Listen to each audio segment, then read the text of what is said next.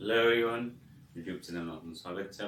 કે ચેપ્ટર 3 ત્રિકોણમિતિય વિધેયોમાં આગળ વધીએ. એમાં એકમ વર્તુળ પર મળતું ત્રિકોણમિતિય બિંદુ. હવે વિદ્યાર્થી મિત્રો ખાસ સમજવાનું, અત્યાર સુધી જે કન્સેપ્ટ સમજ્યા એ ખૂણાઓની પદ્ધતિ, અંશમાં, રેડિયન માપના ખૂણા હોય તો કેવા પ્રકારે હોય, એકમ વર્તુળમાં આપણે એન્ટી ક્લોકવાઇઝ રાઉન્ડ મારે જ રાખીએ તો ગમે એ પ્રકારનો ખૂણો બને, અથવા ક્લોકવાઇઝ રાઉન્ડ મારે રાખીએ તો માઇનસમાં ગમે એ પ્રકારનો ખૂણો બને. ટૂંકમાં ખૂણાની કોઈ લિમિટેશન નથી, આપણને ખબર પડી ગઈ. બરાબર.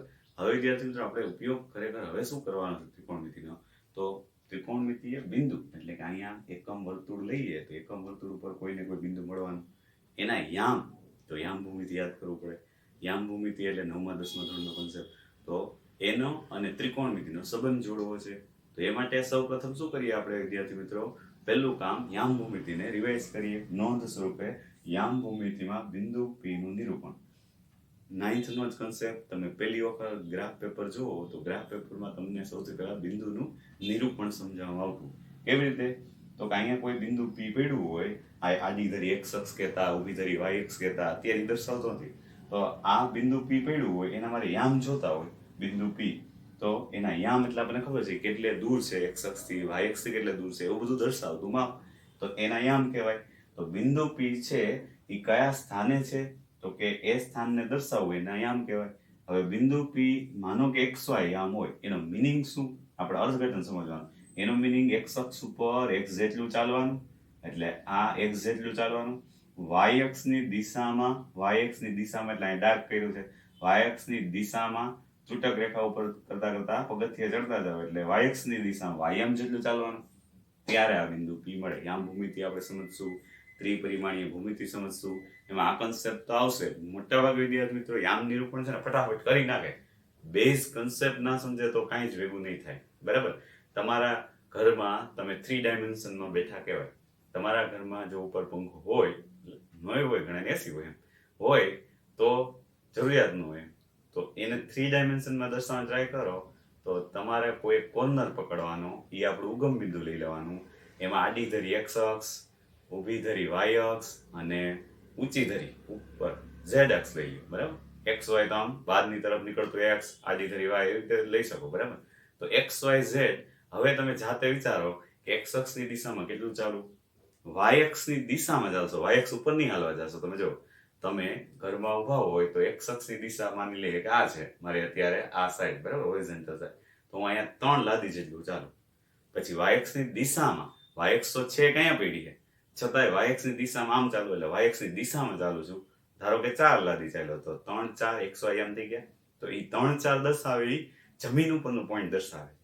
જો મને સમતલમાં મૂકી શકાતો હોત તો હું 3 4 ના સ્થાને હોય, પણ મને ન મૂકી શકાય, હું 3 ડાયમેન્શનમાં છું એટલે મારી પાસે ઊંચાઈ છે. મિનિંગ 3 4 અને z અક્ષ ઉપર કેટલા પ્રાપ્ત કર્યા, માની લે 5, તો હું પંખે લટકી જાઉં. લટકવાનું નથી, સમજવાનું છે. 3 4, 3 x અક્ષની દિશામાં, y અક્ષની દિશામાં 4 અને ઉપર એટલે z અક્ષ ઉપર કેટલા અંક કાપવા પડશે, z અક્ષની દિશામાં 5. તો 3 4 5 એ આપણું પંખાનું સ્થાન હોય. ખ્યાલ આવ્યો વિદ્યાર્થી મિત્રો? આ 3 ડાયમેન્શન થયું. અત્યારે હું જે સમજાવું છું 2 ડાયમેન્શન થયું. તો આ કન્સેપ્ટ સમજવો જરૂરી છે કે યામ કેમ દર્શાવીએ છીએ. રેડી? તો સૌથી પહેલું કામ, x અક્ષની દિશામાં x યામ, y અક્ષની દિશામાં y યામ, ત્યારે xy યામ કહેવાય. તો આ રીતે જ્યારે પણ લખાયેલું હોય તો બિંદુ આપેલું હોય xy યામ, તો એનો મિનિંગ તમે આમ લંબ દોરો એટલે x યામ દર્શાવે, y અક્ષ ઉપર લંબ દોરો એટલે y યામ દર્શાવે. ઓકે, તો આનો આપણે ઉપયોગ કરવાના છીએ.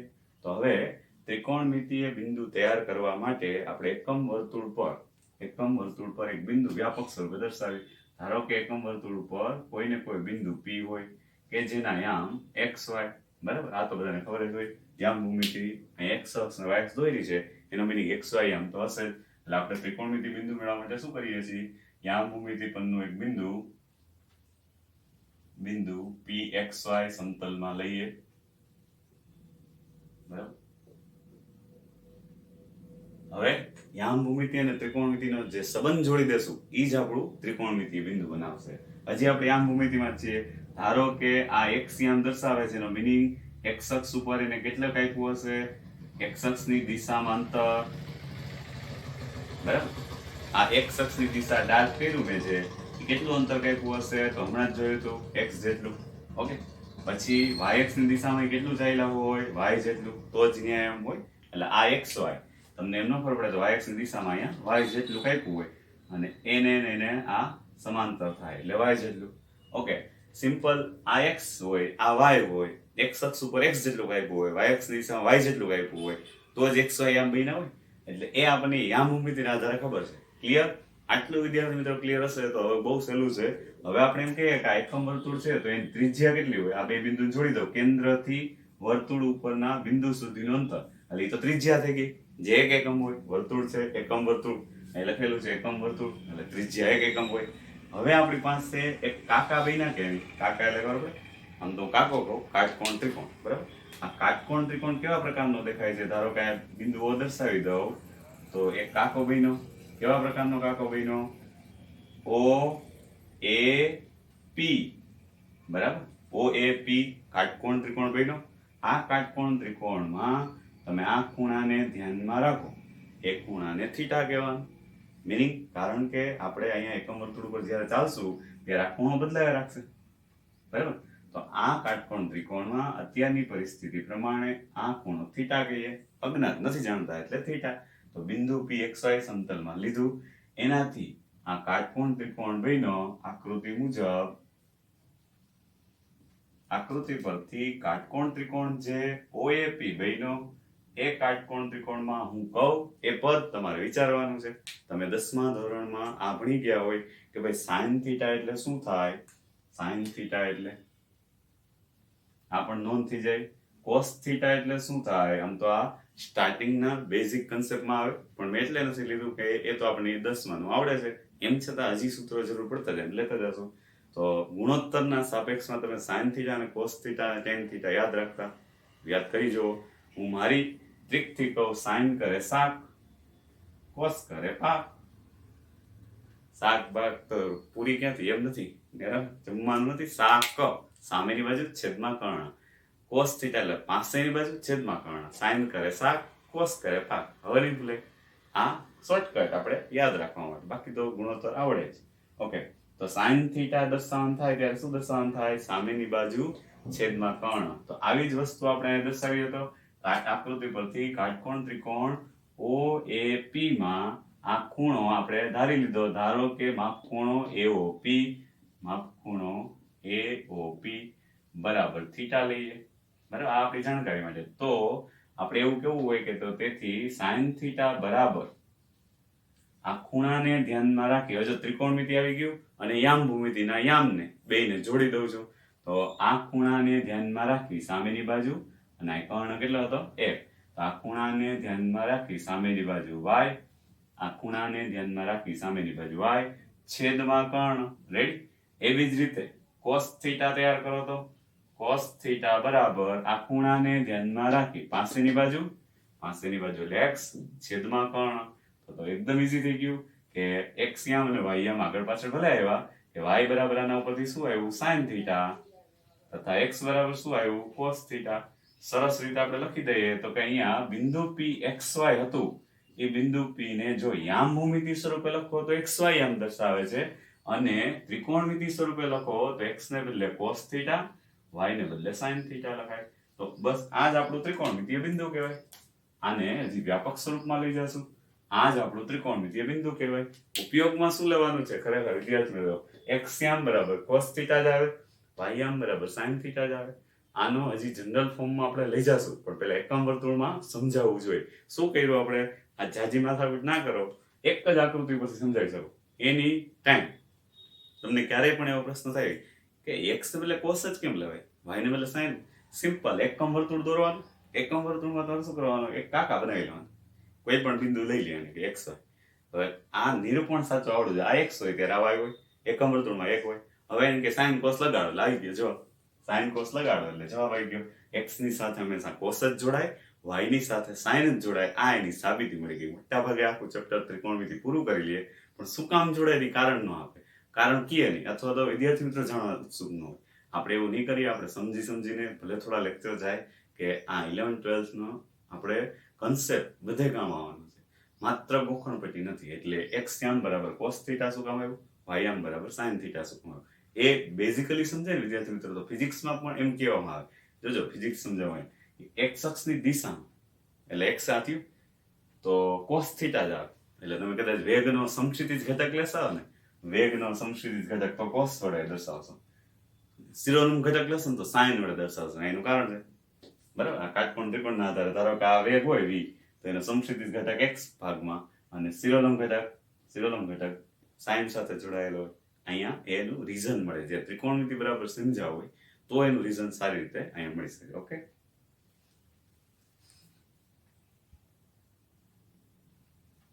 હવે વિદ્યાર્થી મિત્રો વ્યાપક સ્વરૂપે પણ જોઈ લઈએ, કારણ કે અહીંયા આપણે એકમ વર્તુળને ધ્યાનમાં લઈએ તો જ્યારે પણ એકમ વર્તુળ હોય ત્યારે તો x બરાબર cos થીટા, y બરાબર sin થીટા લખાય. એને બદલે જો r ત્રિજ્યાવાળું વર્તુળ હોય તો અહીંયા r ત્રિજ્યાવાળા વર્તુળ માટે વ્યાપક રીતે વિચારીએ, એટલે કોઈ પણ વર્તુળ આવે, ત્રિજ્યા ગમે એ હોય બરાબર, અને કેન્દ્ર અહીંયા 0 0, અહીંયા જે ઉગમ બિંદુ છે એને સાપેક્ષે છે. તો r ત્રિજ્યા ધરાવતા વર્તુળ માટે શું વિચારી શકાય? cos થીટા તમે વિચારો શું ચેન્જ આવશે કાટકોણ ત્રિકોણમાં? અહીંયા એકમને બદલે r આવી જશે, તો cos થીટા એટલે પાસેની બાજુ છેદમાં કર્ણ, એટલે x upon r થઈ જાય. ઓકે, અહીંયા સાદુરૂપ શું થઈ જશે? x upon r, જે અહીંયા લખેલું જ છે પાસેની બાજુ છેદમાં કર્ણ. sin થીટા બરાબર શું થઈ જશે? સામેની બાજુ છેદમાં કર્ણ, એટલે y upon r થઈ જાય. તો વિદ્યાર્થી મિત્રો xy યામ સીધું જ લખવું, x બરાબર cos થીટા તો હતું જ, સાથે r જોડાઈ ગયું. તો વ્યાપક સ્વરૂપે શું કહેવાનું? જ્યારે પણ જનરલ ફોર્મ આવે ત્યારે એમ કહી શકાય x બરાબર r cos થીટા, y બરાબર r sin થીટા. આ ત્રિકોણમિતિય બિંદુ થઈ ગયું જ્યારે આ પ્રકારના વર્તુળ કેન્દ્ર 0 0 હોય ત્યારે, બરાબર. તેથી ત્રિકોણમિતિય બિંદુ ત્યારે શું કહેવાય? તો કે p xy યામ પરથી જ મળ્યું છે. આ યામ ભૂમિતિમાં બિંદુ p ના યામ અને ત્રિકોણમિતિમાં બિંદુના યામ r cos theta, r sin theta લખી શકાય. તો આ જનરલ ફોર્મ પણ આપણને વધારે ઉપયોગ આવશે, એકમ વર્તુળ પણ ઉપયોગ આવશે, એકમ વર્તુળ ઉપરથી મળતા યામ. તો સૌથી પહેલા તો બેઝિક xy યામ ઉપરથી એકમ વર્તુળ માટે આવડે, પછી r ત્રિજ્યા હોય તો આવડે, હજી કેન્દ્ર ફરે તો પણ યામ ફરે, પણ એની આપણે અત્યારે આ ચેપ્ટરમાં જરૂર નથી. જ્યારે જરૂર પડશે JW ત્યારે આપણે ડિટેલમાં સમજશું. તો સાથે નોંધ, આકૃતિ, નોંધ આ બધું અને વ્યાપક ફોર્મ પણ લખી લો.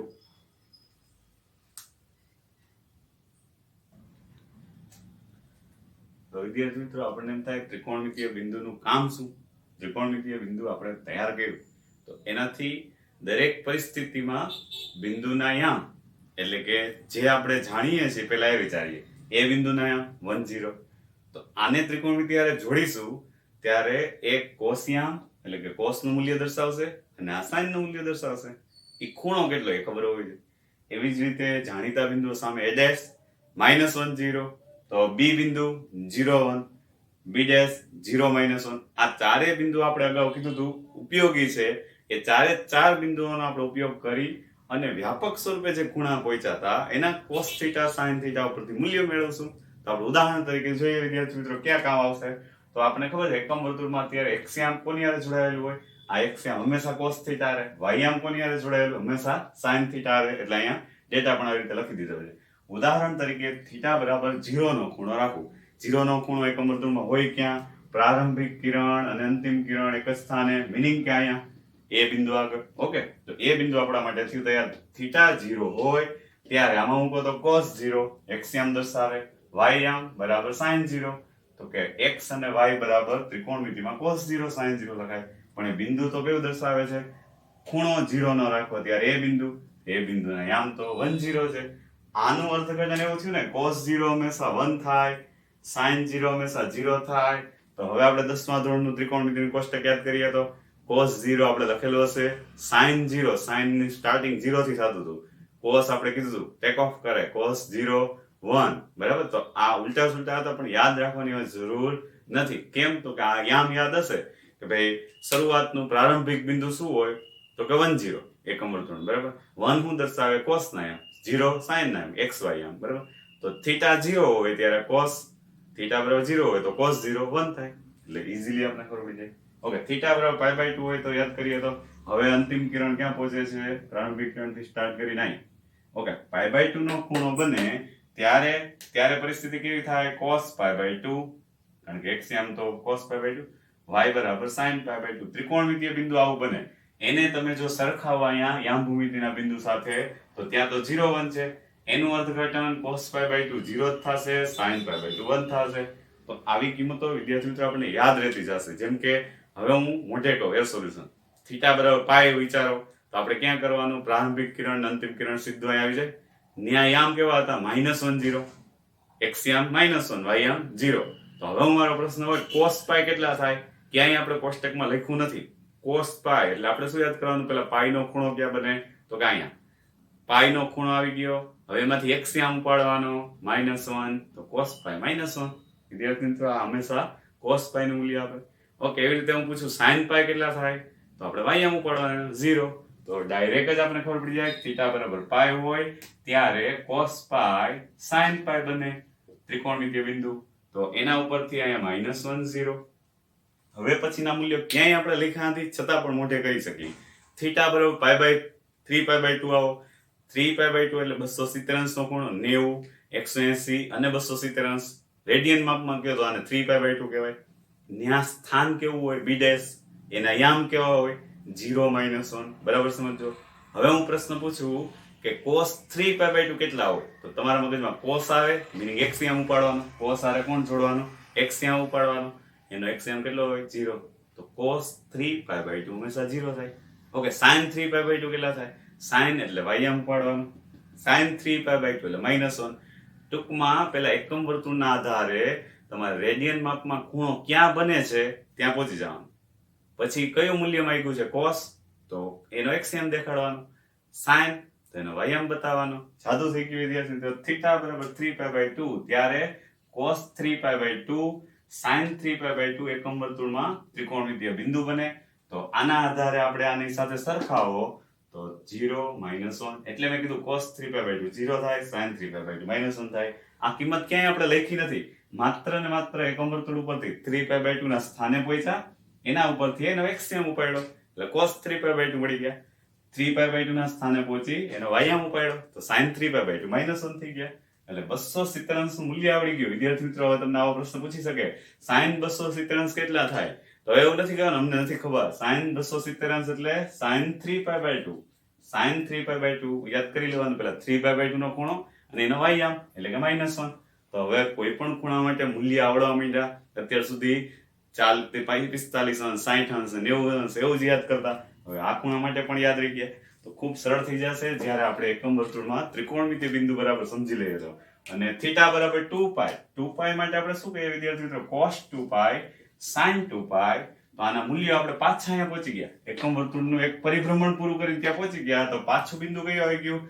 એ બિંદુ જેના 1 0 છે. તો આનું અર્થઘટન શું થાય? cos 2π હંમેશા 1 થાય, sin 2π 0 થાય. તો આ તો સરળ થઈ ગયું વિદ્યાર્થી મિત્રો. રિપીટ થઈ આ કિંમત ભલે થઈ. એ તો ઈ પદ એવું છે ત્રિકોણમિતિય. આગળ સમજજો. અત્યારે તો આપણે કોઈ એવો પ્રશ્ન પૂછે કે cos 360 અંશ કેટલા થાય? હું અંશ માપમાં પૂછીશ, રેડિયન માપમાં પૂછીશ. cos 360 અંશ એટલે cos 2π ગણે. તો આપણે પહેલા શું વિચારવાનું? 2π નું સ્થાન ક્યાં આવે? a' આગળ કે આગળ? બેકી સંખ્યાના સ્થાન હંમેશા એ આગળ હોય. વિદ્યાર્થી મિત્રો બેકી સંખ્યાના સ્થાન એ આગળ એટલે cos 2π ત્યાં હોય. એનો x યામ 1 તો cos 2π 1 થઈ ગયા. એકદમ ઈઝી છે. નોંધ સ્વરૂપે લખી લેવું. વિદ્યાર્થી મિત્રો થોડો એવો દાખલામાં ઉપયોગ કરીએ સ્ટાર્ટિંગનો કે ભાઈ આપણે ત્રિકોણમિતિય બિંદુ સમજાઈ ગયું, ત્રિકોણમિતિય બિંદુનું સ્થાન પણ સમજાઈ ગયું, એનો ઉપયોગ શું? તો હવે અહીંયા વિદ્યાર્થી મિત્રો ગમે એ પ્રકારનો ખૂણો આપે એમ છતાં આપણને મૂલ્યો આવડી જાય. ગમે એ પ્રકારનો મિનિંગ આપણે જે અત્યારે એકમ વર્તુળમાં ભણ્યા છીએ એ ખૂણા જ ઉપયોગ કરીએ. તો સૌથી પહેલા sin π. તો sin π તો આપણે કંઈ કોષ્ટક તો બને એવું નથી. તો ઘણા બધા વિદ્યાર્થી મિત્રો શું કહે કે ભાઈ sin π એટલે એકમ વર્તુળમાં આ સ્થાને આવે રાઉન્ડ. એવું યાદ કરવાની જરૂર નથી. આવું ગમે એ પ્રકારે પૂછે. પહેલું કામ આપણે શું વિચારવાનું? sin π એકમ વર્તુળમાં આ સ્થાને આવે. બરાબર? એટલે અલગ અલગ વર્તુળના દોરી અને બધાની કિંમતો યાદ રાખવાની જરૂર નથી. મારા કહેવાનો મિનિંગ sin π એટલે અહીંયા આવી ગયા. પાય ખૂણો અહીંયા બને એનો y આમ ઉપાડી લ્યો. sin π જોતો હોય તો y આમ 0 થાય. ઓકે, તો ઈઝી થઈ ગયું. sin π 0. ક્યાંય આપણે કોષ્ટક સ્વરૂપે યાદ ન રાખવું પડ્યું. ઓકે, એવી જ રીતે બીજું મૂલ્ય cos 3π. ફરી પાછા 3π નામનો ખૂણો એટલે વધારે પીનો કાંઈ વાંધો નહીં. આપણે ખબર છે 3π એટલે એ આગળ હંમેશા યુગ્મ કિંમતો આવે. 0, 2π, 4π, 6π માઇનસમાં. અહીંયા a' આગળ હંમેશા અયુગ્મ કિંમતો આવે. a' આગળ અયુગ્મ કિંમત કેવી આવે? π, 3π. હા, 3π ત્યાં આવે એટલે આપણે યાદ આવી કે 3π નામનો ખૂણો એક સર્કલ પૂરું કરી પછી π આવે એટલે 3π થઈ ગયા. આપણા માટે તો a' નું સ્થાન આવ્યું. તો cos 3 પાઈ, તો cos એટલે એક્સિયમ પાડી લેવાનું, સીધું જ કહી શકીએ આનો યા -1. સ્થાન મગજમાં યાદ કરવાનું છે એકમ વર્તુળમાં, ક્યાંય અલગ અલગ વર્તુળો દર્શાવવાની જરૂર નથી. ઓકે, cos 4 પાઈ. હવે તમને સમજી ગયું કે ભાઈ એ બેકી સ્વરૂપ યુગ્મ સ્વરૂપ આવે, તો યુગ્મ સ્વરૂપમાં આપણે શું કહી શકીએ, અહીંયા જ પણ 2 રાઉન્ડ મારીને આવવાનું છે. એટલે cos 4 પાઈ, તો cos મિનિંગ એક્સિયમ ઉપાડવાનું, તો cos 4 પાઈ હંમેશા 1 થશે. બરાબર, cos 4 પાઈ યાદ કરવું એટલે કે અહીંયા 0, 2 પાઈ, 4 પાઈ હોય એવું આપણા મગજમાં હોય, આવું ક્યાંય લખવાની જરૂર નથી. તો 4 પાઈ નામનો ખૂણો અહીંયા જ બને, એનો મિનિંગ એ આગળ, એનો એક્સિયમ 1, તો cos 4 પાઈ 1. Okay, sin 3 પાઈ/2. હવે વિદ્યાર્થી મિત્રો હમણાં જ કીધું તો 3 પાઈ/2 નો પેલા ખૂણો વિચારો, એટલે કાંઈ એનો વાયમ ઉપાડો, વાયમ -1, તો આ જવાબ મળી ગયો -1. sin 100 પાઈ 100 into પાઈ, તો 100 બેકી કે એકી? બેકી સંખ્યા, આપણા માટે યુગ્મ કે યુગ્મ? તો બેકી સંખ્યા છે, એ ના આગળ જ આવે, એનો વાયમ ઉપાડી ગયો, એનો વાયમ કેટલો થઈ ગયો 0. તો તમને મોઢે મૂલ્ય આવડી ગયું, sin 100 પાઈ એટલે 0 જ થશે, તમે ગોતી આવો જ્યાં ગોતવું હોય ને. આ જ ઉપયોગ છે. ખરેખર એને અંશમાપમાં ફેરવી જો વિદ્યાર્થી મિત્રો, તો 100 ગુણાકારમાં 180. હવે આવડો ખૂણાનું માપ તમને મોઢે ખબર પડી કે 180 અને ડબલ મીટર, બરાબર, 18,000 અંશનો ખૂણો હોય ને તોય તમને મૂલ્ય આવડે, સારું કહેવાય.